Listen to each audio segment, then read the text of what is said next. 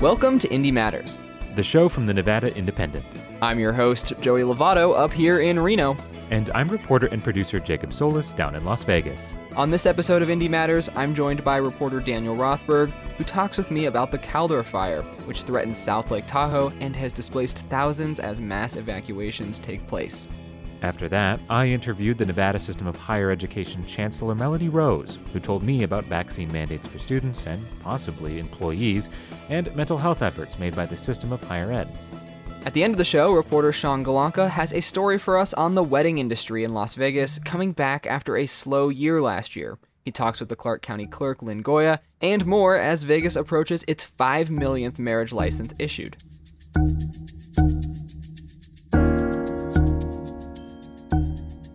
We are using all of our resources, everything we have at our disposal, and coordinating closely with CAL FIRE, the lead for the Caldor Fire, to ensure that the health and safety of all of our residents protect structures, including homes and businesses, and our beautiful Lake Tahoe. So we've had a slew of fires in the past couple months in California area, and we've been getting a lot of smoke up in the Reno area. That's also drifted all the way over to the East Coast to DC and New York. They've seen some smoke from some of the large fires that we've seen here. Right now, the Caldor Fire is threatening South Lake Tahoe. The Dixie Fire has been threatening large areas north of Tahoe for a while. And I'm joined by our reporter Daniel Rothberg to talk about all the fires that have been going on. We've been doing some reporting, and it's been a bit harrowing for some people. So Daniel, how's it going? It's going all right. How are you, Joey? I'm doing good. You know, it's been, I think, a little bit scary to see these flames, these pictures from the area, seeing ski resorts on fire. I think the first thing I want to talk about is when it comes to fires, Tahoe is pretty high up elevation wise. It's a relatively cooler climate compared to Reno. Why doesn't Tahoe normally see these huge fires like we're seeing right now that are getting close to it? Well, Tahoe has seen some large fire activity in the past, and a forest management expert could probably speak to it better than I could. But in the past, some of the large neighboring fires around the Tahoe Basin, and the Tahoe Basin is surrounded by a lot of forests, have not come into Tahoe. That distinguishes those fires from this fire. This fire is the second fire in known California history to crest over the Sierra and come into the basin. And that makes it really notable. And it's a testament to kind of the conditions and the wind patterns that we're seeing, and just sort of the dry fuel load that is obviously a result of the drought that we've been seeing in the West, which is also tied to our changing climate. I think this fire is a really significant one. If you look at a map and see where it started miles and miles away from the Tahoe Basin. I mean, this fire has burned more than 200,000 acres. So if you just think about 1 acre and multiply that by 200,000, I know that's very basic, but it's a good way of visualizing just the vast scope of the burn of this fire. And only a part of that is burning in Tahoe. That started pretty far away. And it's just significant when you see these mega fires, and we're seeing more and more each year in the West. Of course, if you talk to anyone in forest management, this is not just a story about climate and dry conditions. It's also a story about management and how we fight fire.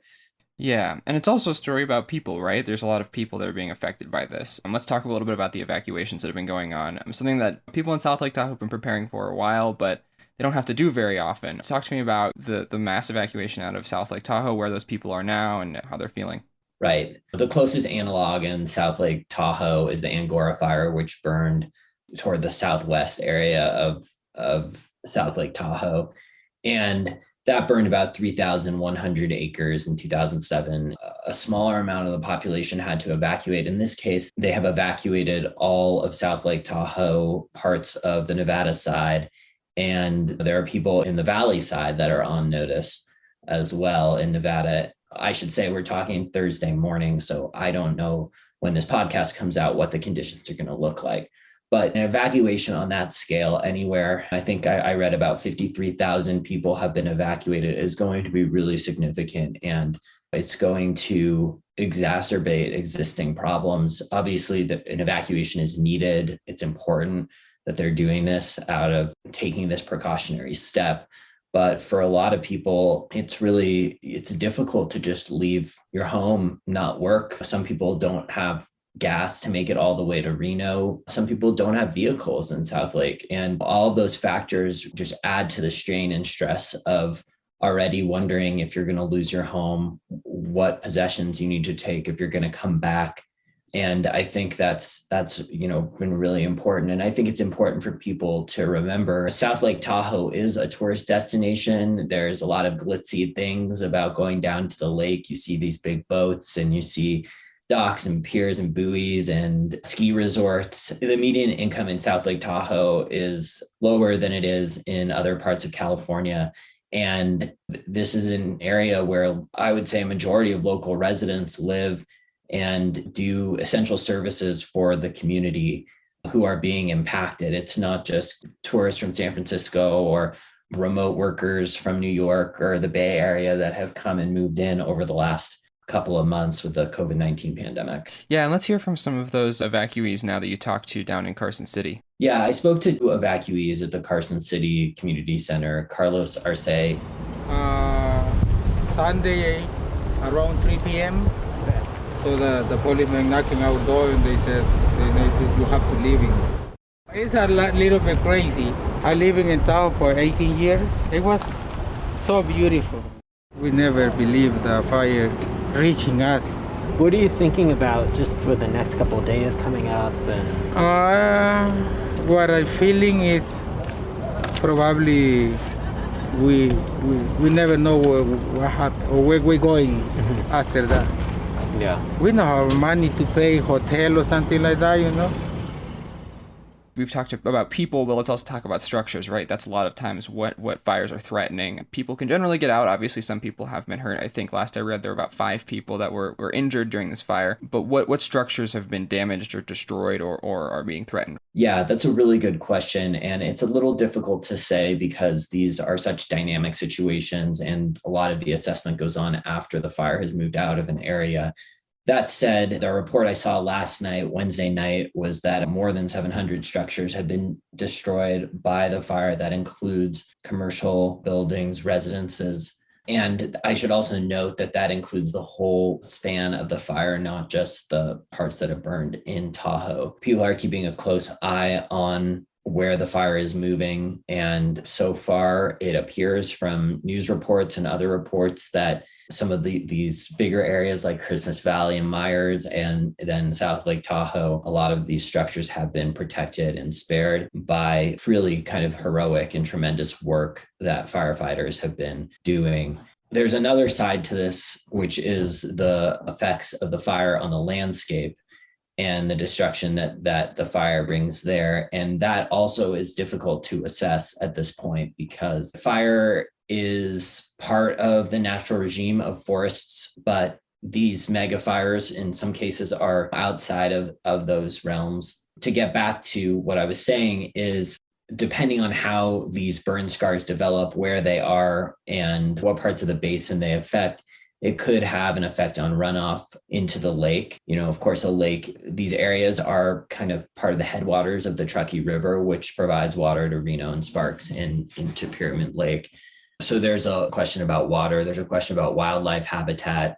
And a lot of those questions are being assessed right now, but it's probably too early to come to any kind of conclusion. Typically after a fire, a risk assessment team will go in and do a full ecologic assessment of the burned area and provide recommendations of what type of management they see as fit, whether that's reseeding or certain types of vegetation management. But it is definitely a concern about what's burned. And I'll tell you personally, the fires burned in some areas that I consider to be, absolutely beautiful and pristine. And I'm wondering how those landscapes are going to change. I saw that there were some spot fires there, and there's a lot of uncertainty. I think that's the word that I keep coming back to. Yeah, and one thing that really struck me too when we were talking to Tim Brown with the Western Regional Climate Center was that he said that this is not going to be the last one that we see. I think one thing that we need to accept that this kind of fire can happen again. There's still plenty of vegetation in the Sierra to be burned. And you talk to almost any fire official and they'll tell you it's not a matter of if, it's a matter of of when these places, are going to burn. The climate change predictions for by end of century is that the snow line is going to raise. So it doesn't necessarily mean it'll be drier, but it could be more, though, what we refer as snow drought. So you could have more rain events, high elevation rain events, and a higher snowpack, and an earlier runoff of that snowpack. So there are some very key, environmental changes expected from the snow perspective. And of course, this doesn't bode well for tourism and ski industry, years from now. But I mean, they've already been seeing some hints of that recently, just the annual climate variability, that we've been having, which again is all connected to the climate change picture. This is maybe it's somewhat analogous to, a large hurricane event or a flood event and, along the Mississippi River, things like that. There's only so much folks can do up front. It's not like just surrounding a building, with the fire crew and extinguishing it. It's much more complex and difficult. With that in mind, have you been talking to people about preparation, or is everything kind of just up in the air right now because we're still focusing on fighting the Caldor fire? Well, from a journalist perspective, I think it's a little too early for me to write a story about the next fire. But I do think that there are going to be discussions about this fire for a long time. People are going to try to think about lessons learned. And I don't know where an ignition is going to start, what the wind is going to look like, what the fuel conditions are going to look like. But the fact is that we are living in a new reality as the climate changes that should, in all aspects of life, really, but especially since you asked specifically about this, should cause us to take a step back and think about the assumptions that we've made for the last century, because the future is going to look different. Yeah. All right, Daniel, well, thank you so much for talking with me and for all of the reporting that you've done. I'm sure we'll be keeping up on this. If you want to find the moment-to-moment things that's going on with the fire, make sure to follow your local TV channels, and NPR stations are always a great place to find that information. But we'll be kind of doing some of the more in-depth reporting. But I'm sure, Daniel, you'll be having plenty of stories coming out in the next couple weeks and months talking about the effects of these fires. So thanks. Thanks, Joey.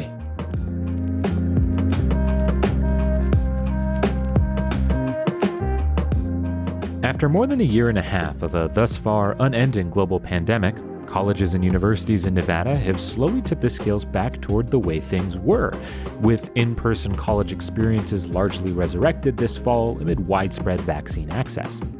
But 1 year after taking the top job at the Nevada System of Higher Education, Chancellor Melody Rose told me that things aren't quite back to normal just yet. I sat down with Chancellor Rose on Monday to discuss the system's response to COVID, her thoughts on efforts to create vaccination requirements for students and faculty, and how some major legislative changes from 2021 could shape the future of Nevada's higher education system. You'll hear just a snippet of that interview here, but if you want to read more, you can find our conversation on thenevadaindependent.com. So, we would expect sometime in the next 2 weeks that students who are going to be enrolled at NC schools in the spring are going to get their first vaccine if they're doing the 2-shot. Do you think that this mandate was put in place too late? That there should have been some effort to get some kind of mandate in place for the fall rather than the spring? On the day that the Board of Health voted to create a required student vaccine, 80% of American colleges and universities had not made a decision about the vaccine for students. So that puts us in the early adopters of that decision, not behind, not delayed, but in the early adopter camp. And so I think it's important to recognize that while there may have been some coverage of the colleges and universities that were really leading that conversation early, they were always doing so with an asterisk. Every one of them was saying we would like to have required vaccines for students if the following conditions are met. Action by the FDA to fully approve. Action by either a board of health or a board of regents, depending on what your state statutes say around that issue. So those earliest systems that were getting headlines, I think we, somewhere in the narrative, we forgot to look at the fine print and recognize that they were still taking very cautious steps in that direction. So today, we're among that first 20 who has got that direction. And fortunately, because we saw in May that that possibility was on the horizon, we were early into planning for that possibility, so that once the Board of Health made its decision, we wouldn't be starting that conversation. Okay. So relative to that, because you're right, there was a lot of fine print, and I know the NSHE specifically, you called out the FDA approval. And now, obviously, the Pfizer vaccine has gotten that FDA approval, but the mandate predates that. I think we saw the governor on August 5th makes his announcement, and we find out that just a day or two before, NSHE's own internal task force had recommended a mandate. So what was it about early August that the system was ready to move forward with at least suggesting to the Board of Health that there should be some kind of mandate? I think we have to remember how fluid this situation is, right? So if you look at what was happening in June, what was happening in the early days of July, we really, I think, understood nationally that we were in a pretty good position for fall semester, that the virus felt under control, and then bam, you get the Delta variant. And you get the Department of Justice stepping in to signal that the FDA might move toward full implementation. So the landscape during a pandemic changes very quickly, and in some cases very dramatically, and you have to be prepared to pivot. And I think that's exactly what happened over the summer. Well, now relative to the mood of students who are affected by this mandate, are there any concerns at the system level that there's going to be any significant chunk of students who are going to disenroll because of the mandate?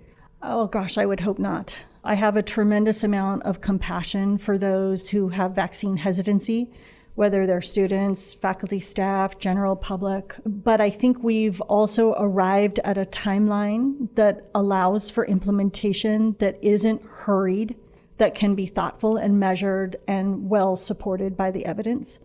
And so certainly my hope is that we don't lose a single student over the vaccine requirement. And I think on the other side of the fence, you might retain some students who were worried about the campus not being vaccinated. Mm-hmm. So we're in unprecedented waters here. We've never experienced this. This is a 100-year event. And so with that in mind, I think we have to recognize that there is no playbook for how to manage a global pandemic. And so we are leading in really challenging times and being as responsive as we possibly can and trying to reassure students.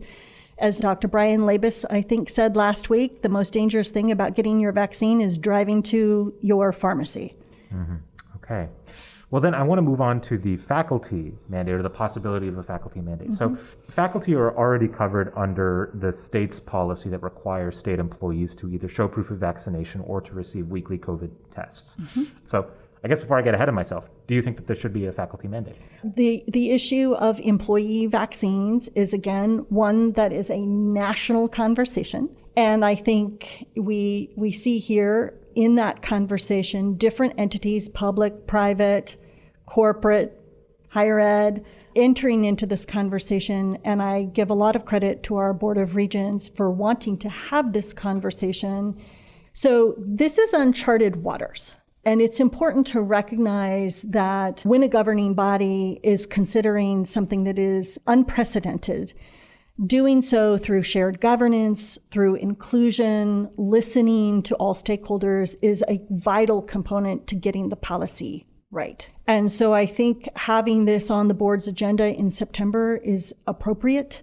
It is timely given the decision around students, right? That if we were going to say, gosh, we all need to be in this together, doing so on the same timeline is prudent. So at the end of the day, I hope everyone gets vaccinated. I believe in vaccines. I believe in the science, and I trust and respect our regents and their authority to make this decision.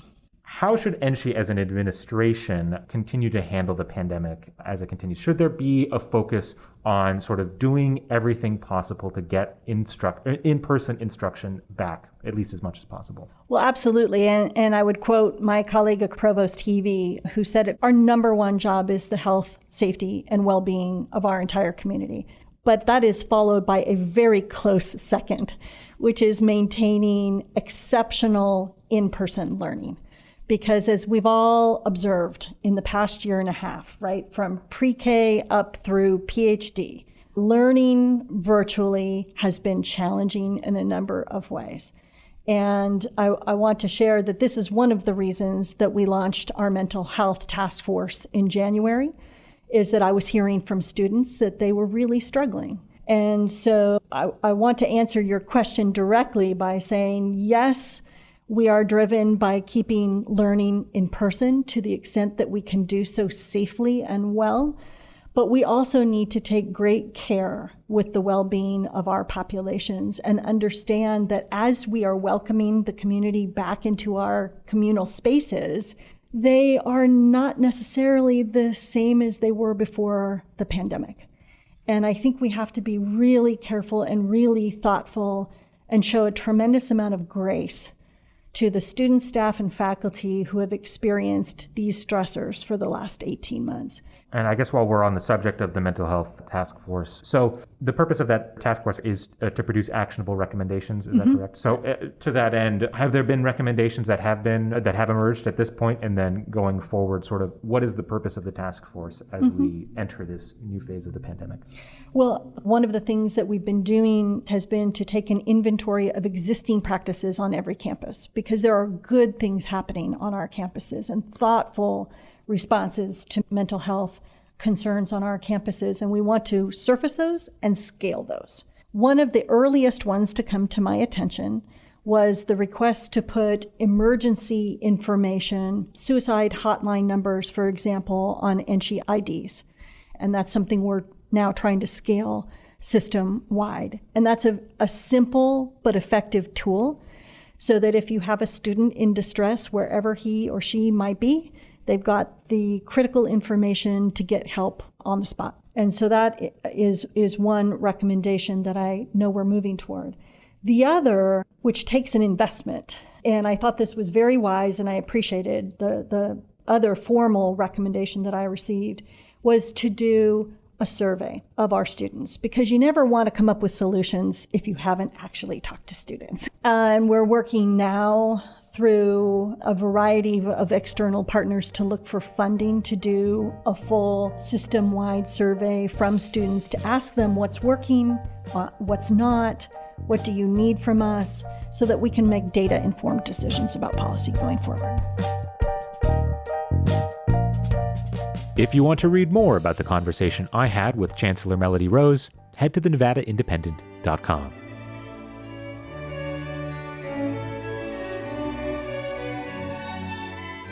One thing Vegas is known for is quickie weddings. Chapels along the Strip, the king of rock and roll marrying people in a white sequin jumpsuit, drive-thrus where people can get married in their car, and even the ever-popular Taco Bell Cantina, where couples can enjoy a burrito supreme and carry a bouquet of sauce packets while tying the knot. But when the COVID-19 pandemic shut down much of the state last year, the wedding industry took a blow. Though many chapels remained open, the combination of limited capacity, a pause on international tourism, and a general downward trend of people getting married led to a 30-year low in marriage licenses issued. But as coronavirus-related restrictions ease, Las Vegas is seeing somewhat of a return to normalcy. Not only does Clark County expect to issue its 5 millionth wedding license within the next 6 months, but officials say that 2021 is likely to see more marriage certificates issued than either of the past 2 years. Reporter Sean Galanka has more on the story. More than 128,000 marriage licenses were issued in Clark County in the peak year of 2004. Since then, the county has issued thousands less every year, with the number of wedding licenses reaching its lowest point of the last 30 years in 2020. Last year's numbers were significantly affected by the state shutting down and the tourism industry grinding to a halt during the COVID-19 pandemic. But weddings are once again on the rise in 2021. Clark County Clerk Lynn Goya, whose office oversees marriage licensing, spoke with me about the uptick in couples tying the knot during a recent event her office held in conjunction with the Las Vegas Wedding Chamber of Commerce. Yeah, actually, we ever since we reopened after we closed for COVID, we've seen just a boom of couples coming to Las Vegas to get married. So the end of last year was very good, and then this year has gone great so far. We expect, for the first time in 20 years, except for a couple exceptions, to be on an uptick. Even as the rest of the city's hospitality industry struggled throughout 2020, Goya said she saw people continue to visit Las Vegas to attend weddings. This is a really important industry for Clark County. It's a $2.5 billion industry per year. So it generates thousands of jobs. Hundreds of small business rely on it. So what we saw during COVID was that the wedding industry really kind of helped pull Las Vegas through, because people kept coming for weddings when they couldn't come for conventions or other things. And so a lot of people have, told me anecdotally that, weddings saved their business or saved their income. Although Goya said that the stereotype of the spur-of-the-moment, drunk Vegas wedding is a misconception, she said that the city's wedding industry allows people to get married without a lot of the typical hassle, such as finding different vendors. I think some people do like how simple and easy it is. They can come and get a license, go find a chapel, and get married within an hour if they want. So there is a lot of charm to that elopement atmosphere. But we also have, 500 people come for a wedding. We have huge weddings, very elaborate. As weddings continue apace across Las Vegas, Goya said the county is on track to issue more wedding licenses in 2021 than it issued in either of the past 2 years. You just see so many people coming to Clark County to get married, and it seems to be growing every month. We're on track to do almost 80,000 marriage licenses this year, and I think it's going to just be a great year for us. Many businesses in the wedding industry, from photo booth companies to caterers, continue to benefit from that uptick in business. But as restrictions on tourists coming into the U.S. from other countries remain in place, and the Delta variant of COVID-19 spreads throughout southern Nevada, Arnold Garcia, the owner of the Love Story Chapel in downtown Las Vegas, still has concerns. At the same time, we still don't have the international traffic that we would normally have. So I'm waiting for kind of everything. And then with the Delta variant, I'm still on eggshells. I still don't feel like we're completely out of the deep waters yet. Despite his concerns, Garcia has kept his chapel open throughout the entirety of the pandemic. He considers the ability to marry essential for both personal reasons and practical ones, such as for health insurance. You can't stop love. People are going to continue to get married, it's just more, I feel like they could all shut it all back down again if variants keep happening and, people aren't adhering to the kind of the rules or the mandates or whatever. So, I don't know. It's still scary. I'm just a nervous person in general, so I just, want to just keep doing, the next right thing, Even as pandemic restrictions ease, some trends from the past year may be here to stay. Charity Griego is a licensed officiant and runs a business with her partner Brian Mills called Theme Las Vegas Weddings that offers offbeat wedding packages, including ones with a zombie theme or with Elvis officiating. Griego says she has seen more small ceremonies held over the past year. I do see that the smaller weddings have increased because so many people from all over the country had to cancel their large, massive parties in order to elope here. After getting engaged to her partner in late August, Griego hopes to soon join the millions of other couples who have tied the knot in Las Vegas. It's amazing. It's an amazing experience. We're trying to wrap our head around it because we've been engaged for probably about 3 days right now. The most amazing part of my wedding is going to be marrying Brian.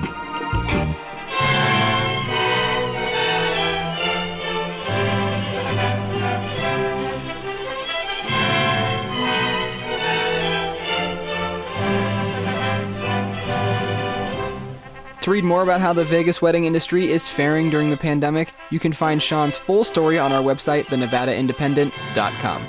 The story was written and produced by Sean Galanka and myself, and edited by me, Joey Lovato.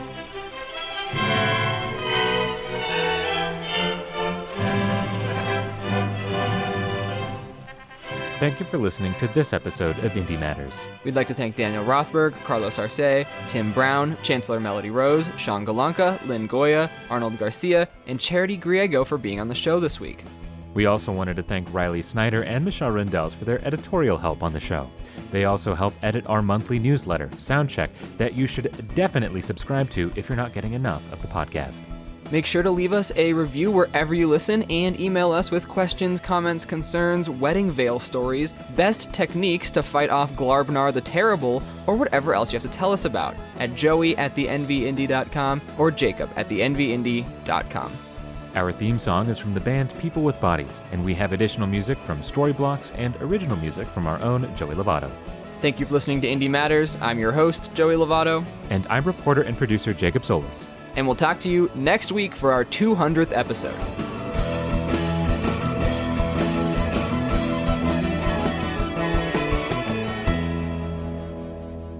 I watched Brazil.